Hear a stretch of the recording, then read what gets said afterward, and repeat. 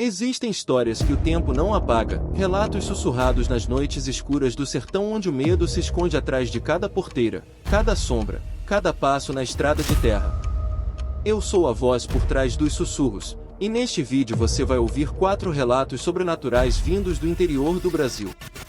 Se inscreva no canal agora mesmo e ative o sininho para não perder nenhum relato novo. Agora apague as luzes, coloque o fone de ouvido e venha ouvir os sussurros do sertão. Primeiro relato. Me chamo Pedro, e essa história aconteceu comigo e meus 2 primos, Tiago e Luciano, em 2004, quando a gente tinha por volta de 13 anos, uma idade em que a linha entre a realidade e a fantasia ainda é tênue. Era tempo de festejo, tempo de fé e tradição, e estávamos todos reunidos na antiga fazenda Pé do Morro, uma propriedade que já viu muitas gerações da nossa família, ali nos arredores de Araguacema, no coração do Tocantins. A casa-sede, com suas paredes grossas e telhado de barro, ficava mesmo no pé de um morro alto e imponente, desses que parecem tocar o céu com seus picos rochosos e esconder segredos que só os mais antigos da região ousam contar ao redor da fogueira. Naquele dia quente e abafado, nos preparávamos com a animação típica da juventude para ir ao festejo de Pedro da Corina, um homem muito querido na região, famoso não apenas por sua fé, mas também por organizar as melhores e mais animadas folias de reis daquelas bandas.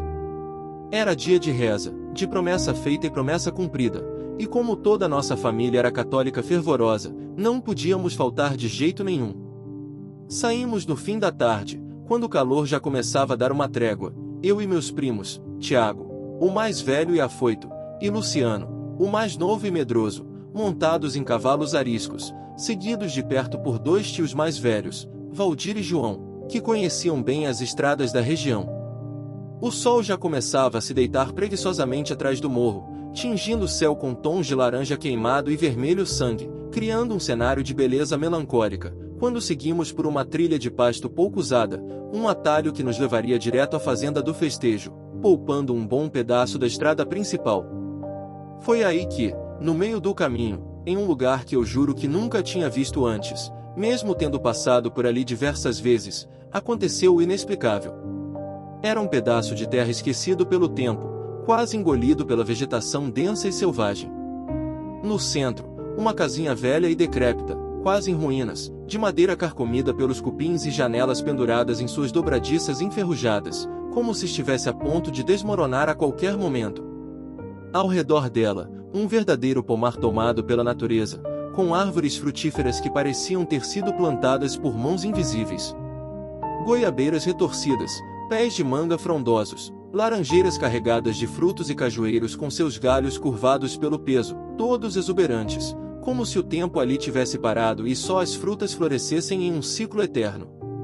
Era bonito, mas ao mesmo tempo estranho, com uma beleza que causava arrepios. Com a barriga roncando de fome, vi uma goiaba grande, rosada e suculenta, quase brilhando à luz do entardecer, pendurada em um galho baixo, como se estivesse me chamando. Olhei para os meus primos e disse, com a impulsividade da idade: "Só vamos jantar depois da reza na fazenda do Pedro da Corina. Vou pegar só uma goiaba aqui, só para enganar a fome. Prometo que não demoro." Foi aí que tudo começou. No exato momento em que toquei na goiaba, sentindo sua casca lisa e fria em meus dedos, um assovio fino, prolongado e arrepiante cortou o silêncio da mata, que até então só era preenchido pelos nossos risos e pelos sons dos cascos dos cavalos. Um som que parecia vir de todos os lados ao mesmo tempo, ecoando entre as árvores, mas que também parecia vir de um só canto, um canto escuro e sombrio, rente à casa abandonada. Viramos os rostos devagar, sentindo um frio inexplicável percorrer nossas espinhas. E o que vimos gelou nosso sangue e nos deixou paralisados de medo. Ali, onde antes não havia absolutamente nada, surgiu uma pedra grande e lisa, como se tivesse brotado do chão de repente, rompendo a terra. Sentado sobre ela, estava um homem. Usava um terno branco impecável, que parecia brilhar no breu que começava a tomar conta da mata, como se refletisse uma luz que não vinha de lugar nenhum. Era magro, quase esquelético, com feições duras e angulosas, olhos vermelhos como brasa, que pareciam queimar em seu rosto pálido, e nos encarava em silêncio absoluto, com um olhar que nos atravessava a alma. Segurava um cachimbo comprido, feito de uma madeira escura e desconhecida, e soprava uma fumaça espessa e doce, com um cheiro enjoativo, que flutuava ao redor dele como se tivesse vontade própria, formando espirais macabras. Ninguém disse nada. Nem nós, nem nossos tios. Nem os cavalos se mexiam, como se estivessem petrificados pelo medo. O tempo parecia ter parado, suspenso em um momento de terror inexplicável. Depois do que pareceram longos minutos de silêncio opressor, o homem quebrou o silêncio com uma voz gelada, cortante e profunda, que ecoava na mata como se viesse de um túmulo. Não deviam ter mexido no que não lhes pertence. Essa fruta não era de vocês. Meu tio Valdir, o mais velho e experiente, tentou manter a calma, mas percebi sua mão tremer levemente no freio do cavalo, denunciando o medo que ele também sentia. O homem então continuou a falar, como se já soubesse tudo sobre nós, sobre nossos nomes e nossos pecados. Vejo que estão indo para o festejo. Tem fumo para oferecer aos santos? Tenho sim, senhor. Respondeu meu tio Valdir, tirando do bolso um pouco de fumo de corda enrolado em papel de palha, com a voz embargada. E cachaça para brindar à noite? Ele perguntou, soprando mais fumaça em nossa direção, e o cheiro doce se intensificou, quase nos sufocando. Tem também. Trouxe uma garrafinha para o festejo. Respondeu meu tio João, com a voz tremula. O homem fez um gesto lento e elegante com a mão, pedindo os presentes.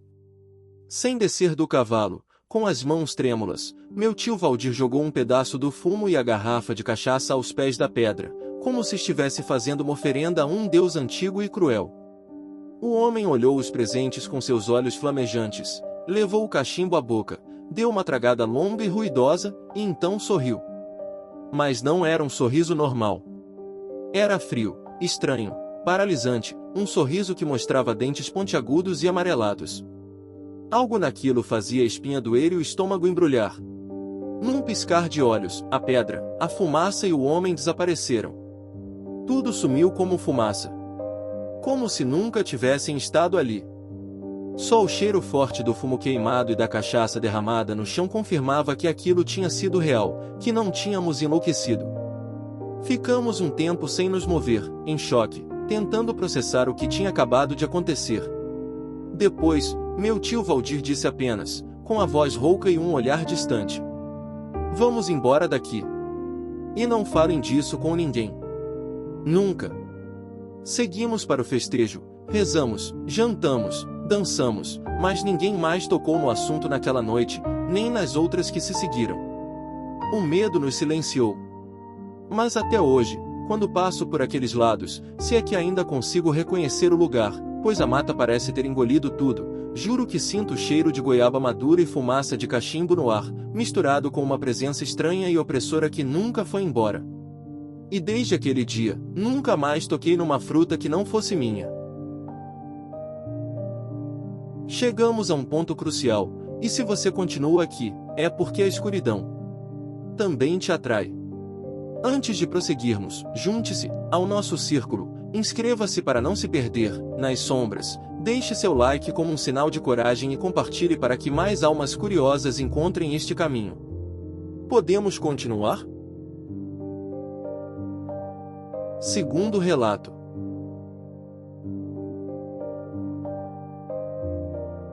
Meu nome é Onofre, e o que vou contar aconteceu quando eu tinha 22 anos. Foi em 1987, no sítio Sapucaia, propriedade do meu tio Germano, no interior do Tocantins, quase na divisa com o Maranhão. Um lugar isolado, de terra escura e fértil, onde o cacau crescia vigoroso em meio à mata fechada. Eu tinha ido passar uns meses lá, ajudar na colheita e aprender o ofício que vinha de gerações da nossa família. O sítio era cercado por um silêncio profundo, daqueles que a gente só encontra onde o mundo parece ter esquecido de passar. O barulho do vento nos pés de cacau, o canto distante de um inhambu, e o farfalhar dos bichos noturnos eram nossos únicos vizinhos. Mas havia um ponto, bem no centro da plantação, onde até o vento parecia evitar passar. Era uma clareira pequena, cercada por árvores mais altas, que projetavam uma sombra estranha mesmo ao meio-dia. Ali, dizia meu tio, ninguém devia pisar depois do pôr do sol. Aquela parte é maldita, ele me disse uma vez, com os olhos fixos no chão. Ali mora a fumaça. Achei que fosse mais uma das muitas histórias que o povo antigo contava para assustar os jovens. Mas aquela frase grudou em mim como picada de formiga cabora. Na segunda semana de trabalho, fiquei encarregado de varrer os pés de cacau até mais tarde. Já era quase noite quando percebi que meu facão havia caído no meio das folhas secas, justamente perto da tal clareira. O céu estava avermelhado, e eu hesitei por uns segundos, lembrando do aviso do tio Germano. Mas o facão era emprestado e eu não podia perder. Entrei devagar na clareira. O ar ali era diferente, mais pesado, como se cada passo puxasse de mim o cansaço acumulado do dia. Peguei o facão, mas quando me virei para sair, ouvi um estalo atrás de mim. Depois outro. E outro. Como se galhos secos estivessem sendo pisoteados por pés invisíveis. Foi então que vi. Uma névoa escura começou a se erguer do chão, como se brotasse da terra. Mas não era uma névoa comum, ela tinha forma.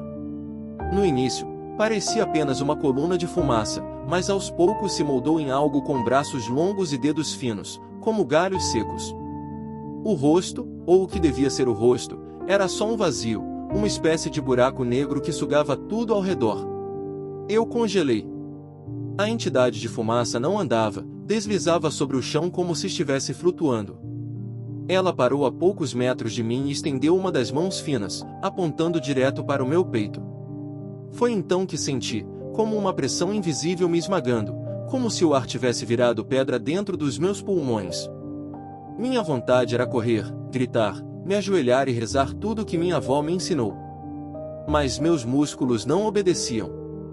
A entidade começou a emitir um som, não era exatamente um grito, nem um lamento. Era como uma respiração profunda, densa, cheia de raiva. Naquele instante, ouvi a voz do meu tio ao longe, chamando meu nome. Aquilo me deu um choque. Como se alguém tivesse me puxado de volta. A fumaça começou a se dissipar, voltando ao chão como se nunca tivesse existido. Consegui correr e caí aos pés do tio Germano, suado, pálido, com o facão ainda nas mãos. Ele não disse nada. Apenas me puxou pelo braço e fomos embora dali. Naquela noite, não houve jantar. Ele ficou em silêncio, apenas acendendo um cachimbo atrás do outro. Quando o relógio marcou 3 da manhã, ele me olhou nos olhos e disse: aquilo que você viu, já levou gente nossa. Nunca mais entre ali depois das 6. E nunca fale dela perto dos pés de cacau. Desde aquele dia, respeitei a sombra daquela clareira como se fosse um altar proibido. Nunca mais cheguei perto, e jamais vi de novo a entidade de fumaça. Mas toda vez que passo por perto, sinto o cheiro, uma mistura de folhas queimadas e terra molhada. Um aviso de que ela ainda está lá. Esperando. Terceiro relato.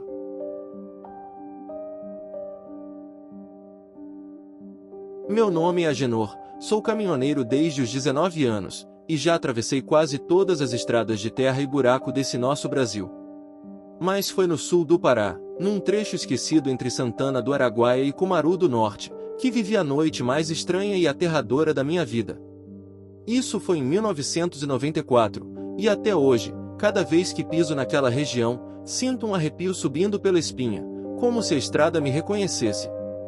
A história que vou contar começou quando aceitei fazer um frete de última hora, levar umas caixas com peças de trator para uma fazenda isolada, conhecida como Fazenda Santa Elvira. O dono estava em desespero, pois a colheita de soja estava parada. O pagamento era bom, mas o horário não, teria que sair quase no fim do dia e pegar a estrada de terra já de noite. Não era minha primeira viagem por ali. Eu sabia dos buracos, da lama, das pontes de madeira torta. Mas naquela noite, algo estava diferente. O céu estava limpo, sem nuvem nenhuma, e a lua mal passava de um fiapo. A escuridão era densa como breu de caverna, e o único som era o motor do meu caminhão e o barulho das pedras sendo esmagadas pelos pneus. Foi depois de atravessar uma ponte velha de troncos que tudo começou. Notei uma luz pequena aparecendo atrás de mim, Como se fosse o farol de uma moto, achei que fosse alguém da fazenda vindo me encontrar, mas aquilo não fazia sentido, eu não tinha avisado a ninguém que já estava perto. Continuei, tentando ignorar, até que percebi que a luz se mantinha sempre na mesma distância, nem se aproximava, nem se afastava. Olhei pelo retrovisor e senti o coração apertar. Agora eram duas luzes, lado a lado, do tamanho de bolas de futebol, brilhando com uma coloração amarelada, quase dourada. Diminuí a velocidade. As luzes também diminuíram. Acelerei. Elas vieram junto. Foi aí que senti o primeiro calafrio. Eu estava sozinho, no meio da escuridão amazônica, com algo que não era bicho nem máquina me seguindo. Decidi parar o caminhão. Desci com a lanterna na mão, tentando ver o que era. Mas, no mesmo instante em que pus os pés no chão, as luzes sumiram. Como se nunca tivessem existido. Respirei fundo, convencido de que estava cansado demais. Voltei para a cabine, liguei o motor e segui viagem. Mas não durou 10 minutos até que elas voltassem. Dessa vez, não estavam atrás. Estavam ao lado da estrada, flutuando entre os arbustos. Se moviam lentamente, quase como se estivessem me cercando. Agora eram 4. Depois 5. Todas do mesmo tamanho, todas brilhando sem fazer um ruído sequer. Parei de novo. Fiquei imóvel, olhando, sem saber o que fazer. Quando, de repente, elas começaram a se mover. Lentamente, subiram da altura da estrada e se colocaram à minha frente, barrando o caminho. A mais próxima chegou tão perto que iluminou a frente do meu caminhão como um holofote. Foi quando percebi, não havia fonte de luz, não havia reflexo. Elas eram vivas. Respiravam. Vibravam. Quase como se tivessem uma pulsação própria. Fechei os olhos e rezei como minha avó me ensinou: Pai Nosso, Ave Maria, Salve Rainha. Prometi que nunca mais ia viajar de noite. Que ajudaria o primeiro andarilho que encontrasse. Que doaria parte do frete para a igreja. Tudo que me veio na cabeça. E, no instante em que abri os olhos, as luzes sumiram. Assim. Do nada. Cheguei à fazenda de madrugada, tremendo como vara verde. O capataz, um homem velho chamado Sebastião, me recebeu com uma expressão que não era de surpresa.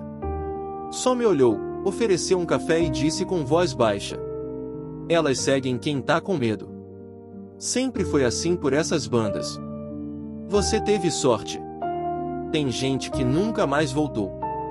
Depois daquela noite, mudei meu jeito de trabalhar. Nunca mais aceitei frete para aquela região depois das 6 da tarde. E toda vez que escuto o som do mato em silêncio profundo, lembro das luzes, silenciosas, vivas, inteligentes, e me pergunto se elas ainda estão lá, esperando outro caminhão na curva da estrada. Quarto relato.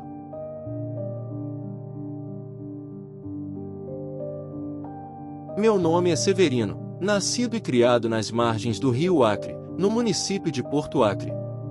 Cresci entre seringueiras, histórias de boto encantado, assombrações de mata e gente que some no mato e nunca mais volta. Mas nada, absolutamente nada, me marcou tanto quanto aquela visão que tive em 1987, quando encontrei o serpenteado maldito. Na época, eu trabalhava com meu tio Zeca no transporte de borracha e mantimentos entre as comunidades ribeirinhas. Usávamos uma canoa de motor rabeta, daquelas que parecem que vão se desmontar de tanto tremer, mas que aguentavam tudo. Era começo da seca, e o rio ainda corria largo, escuro como breu de poço e com o silêncio pesado das águas paradas.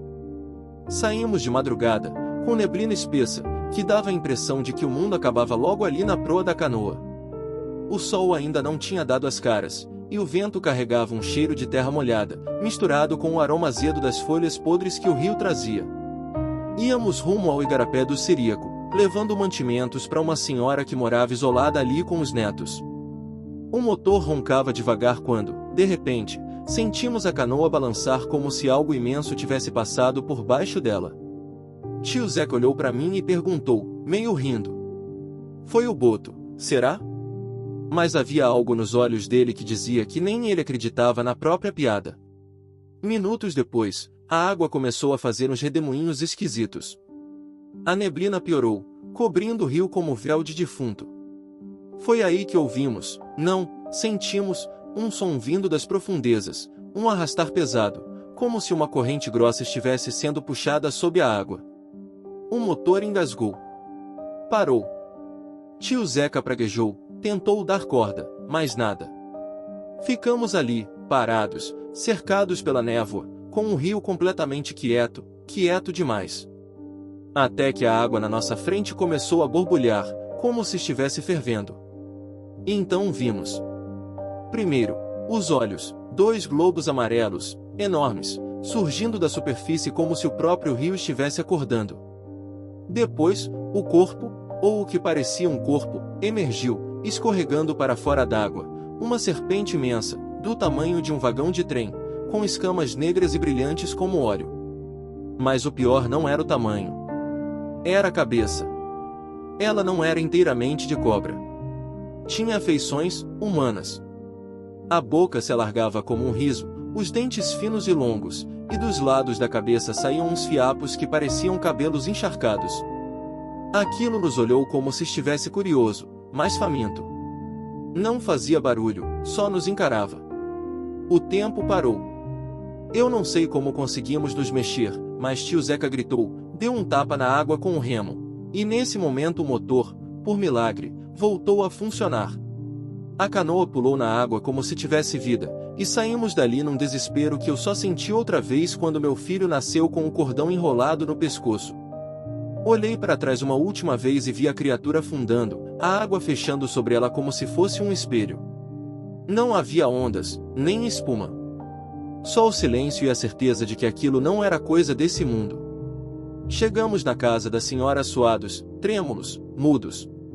Ela nos recebeu com um olhar estranho, como se já soubesse o que tínhamos visto. Fez um chá de folha de guiné, benzeu com galho de arruda, e disse só isso. Vocês cruzaram com o serpenteado. Ele mora nos remansos mais antigos. Só aparece para quem carrega dúvida no coração. Desde aquele dia, nunca mais naveguei sem uma vela de Santo Expedito no bolso e uma oração na ponta da língua. E sempre que passo por aquelas curvas escuras do rio, sinto como se os olhos amarelos estivessem me observando de novo, esperando a hora certa para voltar. Aqui no canal todo domingo você mergulha em novos relatos sobrenaturais, lendas assustadoras e mistérios do interior do Brasil. Se você tem um relato sobrenatural, envie pra gente. Sua história pode ser contada aqui, no Sussurros do Sertão.